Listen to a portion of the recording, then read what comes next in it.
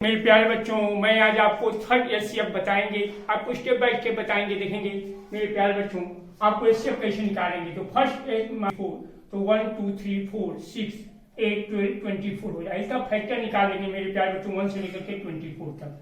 36 का भी इसी तरह से 1 2 3 4 6 9 12 18 36, ये हमारा फैक्टर। अब मेरे प्यारे बच्चों, आपको क्या करना होगा, आप देखेंगे कॉमन कौन कौन सा हो रहा है। तो 12 कॉमन हो गया, अब ये 6 कॉमन हो गया, अब इसके बाद 4 कॉमन हो गया।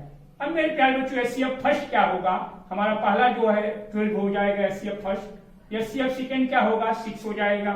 और एचसीएफ थर्ड क्या होगा मेरे प्यारे बच्चों, 4 हो जाएगा। यही आपका आंसर हो जाएगा जो एचसीएफ हमने थर्ड पूछा है। तो मेरे प्यारे बच्चों, यदि आपको यह क्वेश्चन समझ में आ गया होगा तो आप लोगों से रिक्वेस्ट करना चाहता हूं कि आप मेरे चैनल को अवश्य सब्सक्राइब करिएगा। मैं आपको इसी तरह से अच्छे टॉपिक्स पर हमेशा वीडियो प्रोवाइड करता रहूंगा। तो गुड आफ्टरनून, थैंक यू।